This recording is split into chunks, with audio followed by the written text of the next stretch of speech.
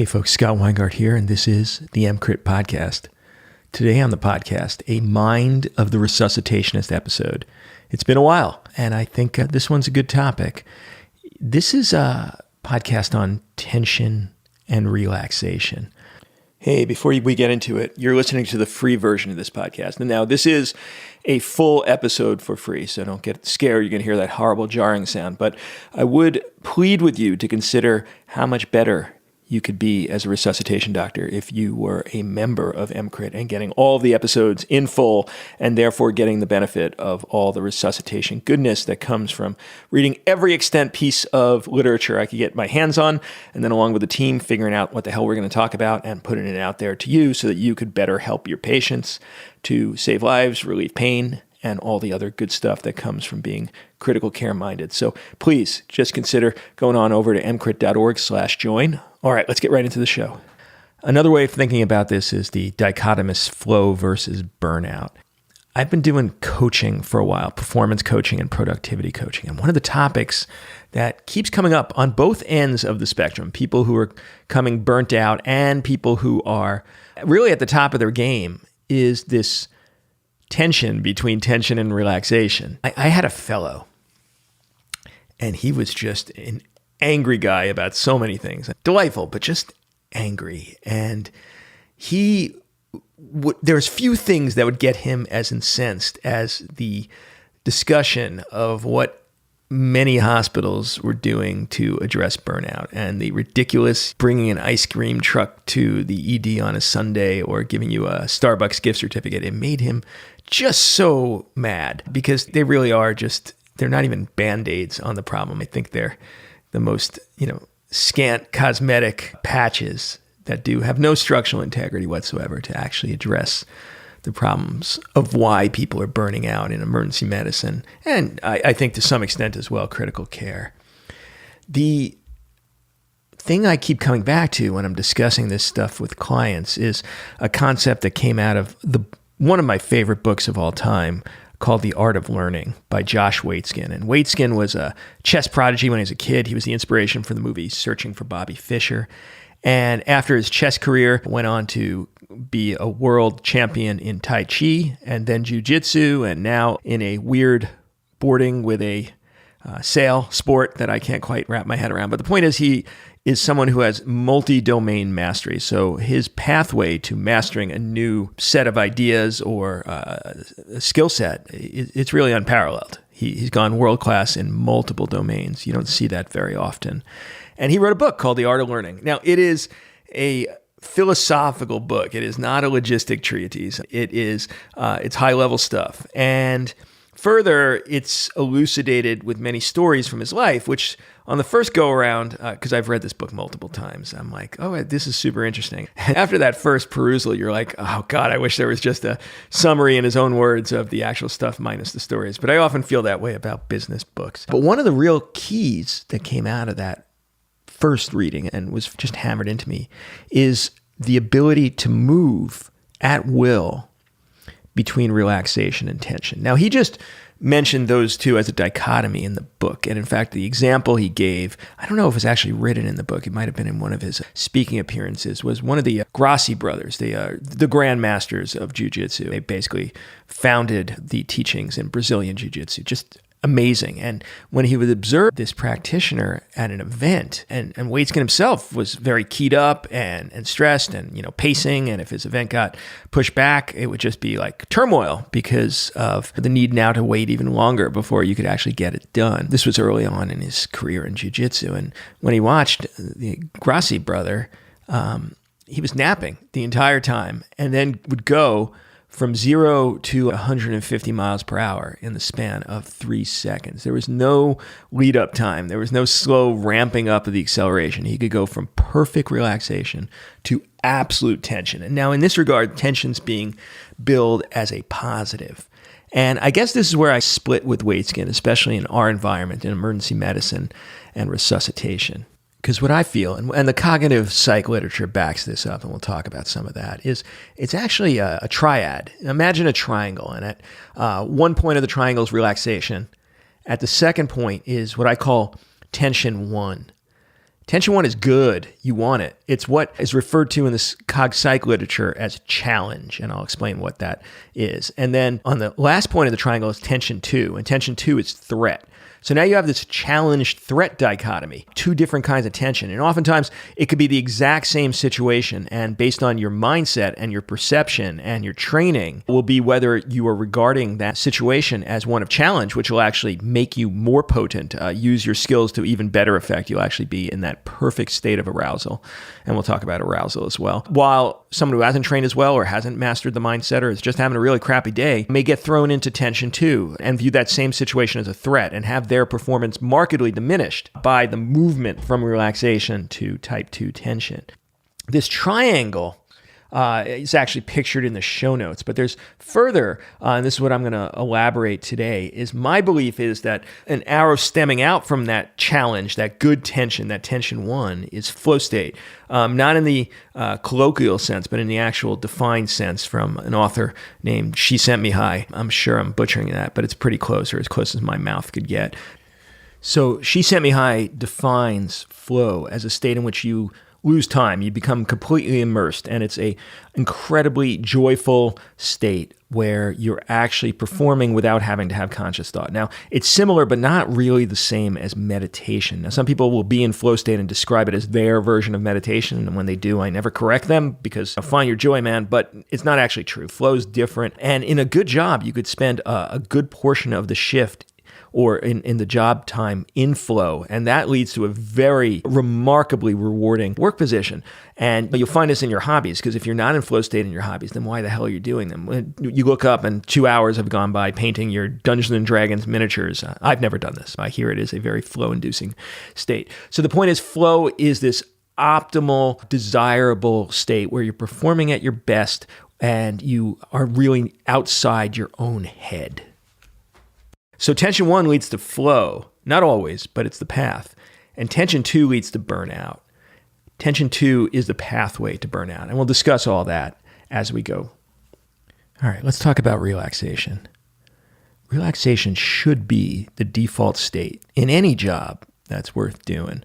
And it doesn't mean the job necessarily needs to be good. We're some of the luckiest people in the world. We have a job that is predisposed to allowing us to spend most of our shift in relaxation. You'll say, oh, that's crazy. It's not true. We'll talk about why it could be. It's probably mostly up to you. But the point is, some jobs are really tough to make that happen. Though I would argue the Zen Buddhists that pretty much any task or job could be one that is done in a state of mindful relaxation. And in fact, the harder the job is, the more a training opportunity. But if you're not in relaxation for most of your job, then there's a problem, either with the job or with you, or both. And relaxation means that you are not spending most of your shift stressed or in tension. If you're spending most of your shift in tension of the good or bad ilk, that's hard. It's hard to make that last long term. Now, if you are spending your entire shift in type 1 tension, for some of us, me included, I would revel, and that would be the best job in the universe. Now, it's tough to find. For some of us, that would actually be desirable. For others, that would be a rapid burnout, even though for the most part, type 1 tension, challenge tension is a positive. For some people, they just couldn't live that way for 8 to 10 hours, 3 days a week.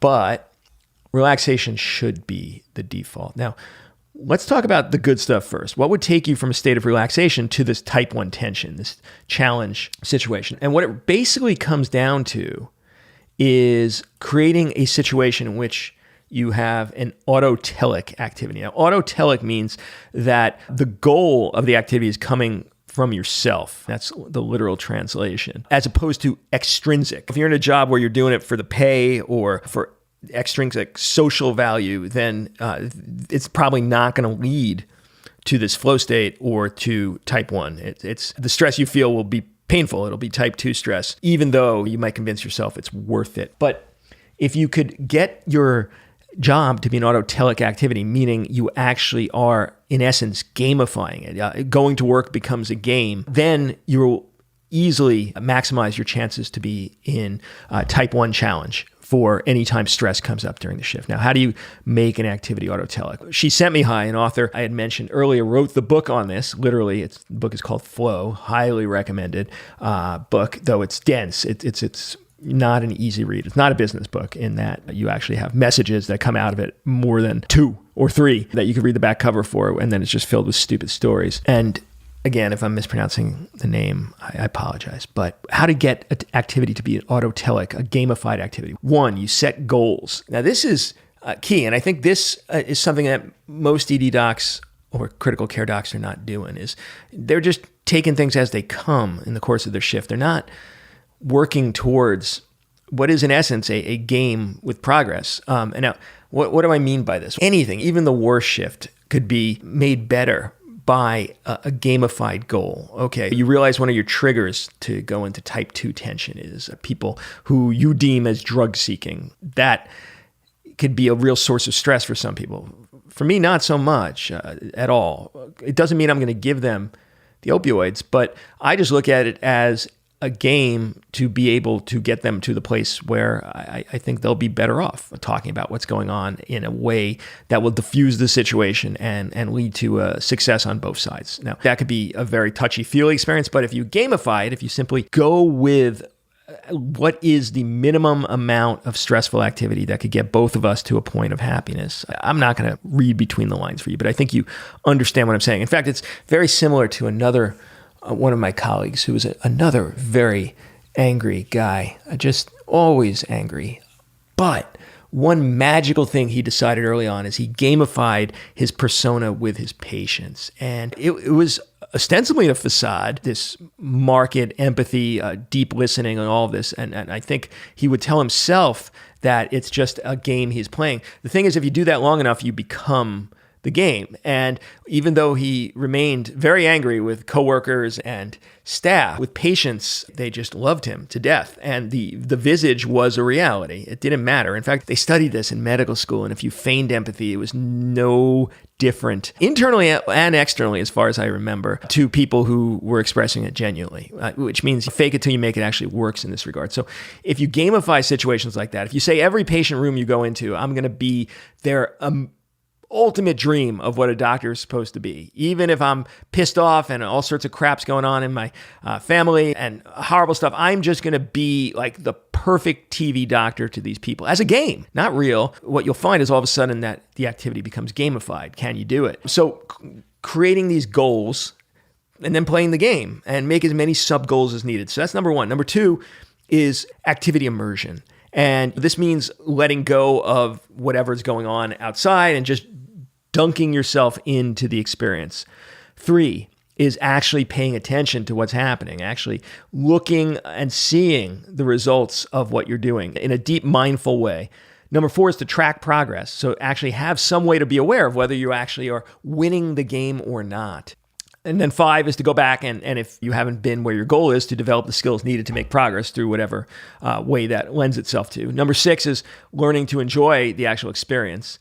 And then 7 is raising the stakes. When you hit your goal, make new goals. So this is the set of necessities for autotelic activity. And this is what's going to lead to greater shift relaxation. Now, specifically in the emergency department, there's another chapter in She Sent Me High's book, Flow, that's very relevant, which is how to actually remain in a relaxation or flow state in the midst of chaos. And so this speaks very much to what we do on an everyday basis. And the 3 that come out is unself-conscious self-assurance, meaning that you've trained enough, you've developed the right mindset so that you feel confident. And we'll talk about this a little bit more when we get to threat. Your ability to focus on the world around you, to really move your observation from internal to external, and then to have the capability, desire, and space to actually create solutions for the problems. And we'll talk about this more a little bit later on the happiness section. All right, so that's what brings you to, keeps you in relaxation and potentially, if a challenge arises, keeps it as a challenge, type 1 tension, rather than sending you to threat perception. So we've discussed all these autotelic factors that will take you from relaxation and when exposed to an arousal or stress, send you down the path of type 1 tension, the challenge, the fun, the kind of tension you actually want during the majority of your tension exposure. Many of these same factors will take you from type 1 tension to flow state. And the additions to that really, I'm diverging from the cog psych literature at this point. These are my opinions. I don't have really good evidentiary backing from it. But one is, I think there's a positive feedback loop from actually being aware of what is your individual flow trigger or flow triggers, and actually realizing you're in a place where you might actually get to that state. That realization actually augments the ability to shift into flow state. So this positive feedback loop is definitely something I've experienced myself. Now, the other thing that, at least for me, is a real flow trigger is having fun. And, the people that condemn the workplace as a dreary, very stoic, not in the big S way that I study Stoic philosophy, but instead the classic conventional sense of that word of no smiles. I think that's dead wrong. I think you're actually losing a ton of productivity. You actually want your workers in flow state, and fun is what gets you there. And whether that means that you're cracking up, humor, etc. If people are having fun, then in general, even if the crap is hitting the fan, people will not be in type 2 tension and on the path to burnout. So anything that for you and your individual mental makeup leads to you having fun in the course of the shift, I think is a huge flow trigger. Now, there's a bunch more, and again, I recommend the book by She Sent Me High to actually delve into this more deeply. But I think I'll leave it there on the positive side of things. And unfortunately, now we have to wade into the morass of the negative side of this triangle. Now, let's talk about what sends you from relaxation to type 2 tension. And it's almost entirely mindset related. It's very much in the stoic realm of it's not the stimulus itself, it's how you perceive it that really does all the damage. That will be the difference between bad and good tension. So mindset is everything. Now, how do you develop a mindset? We'll talk a little bit about this in the avoidance of burnout, but it's really what you tell yourself about the things that are going on. Now, what could be a huge benefit to this is meditation. Now, you've heard me talk about this on the blog and podcast in the past, and I'm not going to belabor it. If you're not already doing it, you probably should try, and especially now that we have neurofeedback devices that make it a lot easier without an instructor to still get to the right place. Now, what I'm going to give you now in a little bit more detail is rather than an entire talk about meditation, because you could just go and look at the podcast on kettlebells for the brain for that, is one of the really fantastic books I've read in the past few months is Chade Meng Teng's, and this is all in the show notes, Joy on Demand. And what he does is he understands most people are not going to develop a real extensive meditation practice. So instead, he says you could do this very easily in the span of like 10 seconds. Will it be as potent as 15 years of hardcore Vipassana meditation? No, but it'll help you in the moment to potentially get back from type 2 tension to relaxation. And so the 4 parts, and these are paraphrased based on my own filter, is first, find your breath. And this is key. And Mike Laurie and I talk about this in the Beat the Stress Fool, psychological, in the moment tactics. And it doesn't have to be the prescribed square breathing. It's just find your breath. Realize how you're breathing. Just put your attention to your breath and realize, wow, I'm not even taking deep breaths. I'm probably hyperventilating or not getting enough oxygen to my brain. So just find your breath. And if you want to go further, then check out the Beat the Stress Fool stuff Mike and I put out. Find your feet. Now, this is key. This is somatic awareness. This takes you outside your head. Find what your feet feel like when touching the ground, what your shoes feel like. Can you feel your socks on your feet? So this finding of your footing is both literal and figurative, and it's really key. So you found your breath, now you're going to find your feet. Really feel it for 2 or 3 seconds, what your feet feel like touching the ground. Put a real large amount of the cone of your attention into the somatic awareness of your feet. Then find your heart. Now again, this is also figurative and literal, because figurative, know what you stand emotionally, but no, have interoception. Interoception is your ability to see inside to the internal workings of your body and just feel your heartbeat. Now, if you're super stressed, you'll feel the pounding. You'll feel how quickly it's going. It's 140, et cetera. The realization of that will start a loop that will start slowing it down, just like the breathing awareness will. Realize you're breathing quickly, your breath will slow. Realize your heart is pounding, and you can start taking the conscious steps to alleviate that. And then the 4th one is find your joy. And again, yes, going with the theme, it's both literal and figurative. But the literal is to actually smile. Just put a smile on your face, even if you're miserable, even if someone's pissing you off, even if you're in the throes of type 2 threat, smile. Because, and this has been studied, if you smile, it actually activates the happiness centers of your brain. Just like happiness activates smiling, it's vice versa. It's a bidirectional pathway. And so do these 4 things: find your breath, find your feet, find your heart, find your joy. And I think that will potentially take you either from type 2 tension to relaxation, or potentially convert the situation to challenge type 1, which is positive. Now, you could see, I think everyone has now come across the Yerkes-Dodson curve of optimal arousal, because even if your mindset is good, sometimes you'll be put in a situation that you've just exceeded your capability of performance to match arousal levels. And now the classic one is just a convex up bathtub curve, where you don't have high performance when you have low arousal. You're bored, you're not doing anything. You don't have it when you have high arousal because you're overstressed and you've exceeded your capabilities. But in the middle is optimal performance. So you do want just the right level of arousal, they'd claim.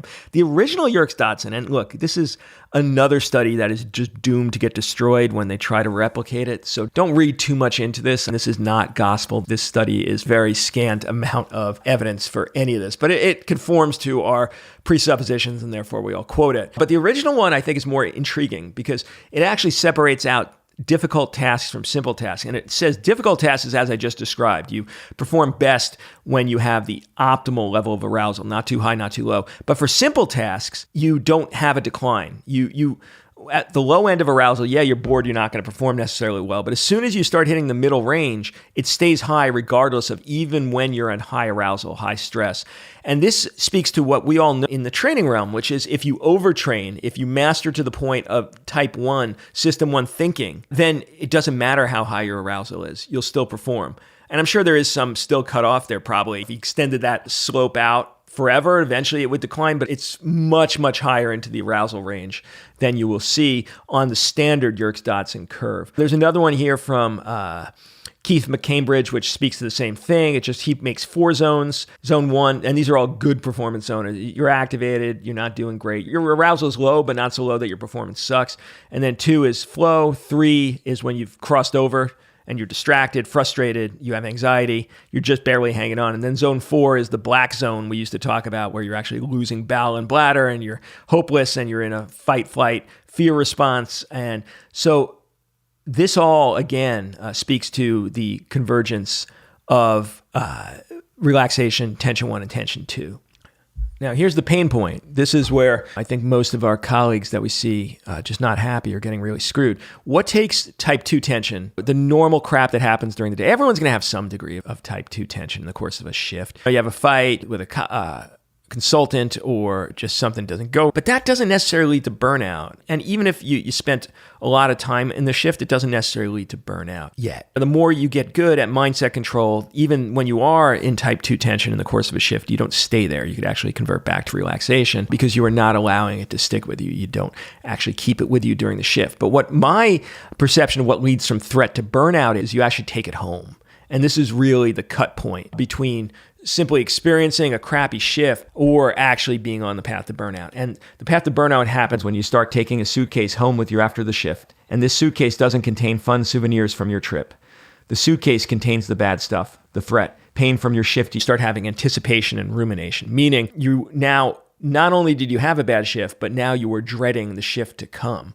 Or you go home from the shift and for 2 days afterwards, you are just thinking about all the bad crap that happened. Anticipation rumination is what changes type 2 tension to burnout. Now, what would be the protective mechanisms to keep burnout at bay, in addition to everything we've spoken about? For this, and I will probably conclude here because this is already running long, would point you to Habron's model of happiness. I believe it's Dan Habron. And if you don't want to read the whole book, it's actually not a long book. I think it's called A Brief Introduction to Happiness. You could actually watch a video, which might be longer than you reading the book, by Will Schroeder, which is amazing. He has a 2-part series on happiness. But Habron puts out the SOARS model for happiness. And now his model is happiness, but I tell you the model's just as applicable in my mind to burnout avoidance. And so it's SOARS, SOARS.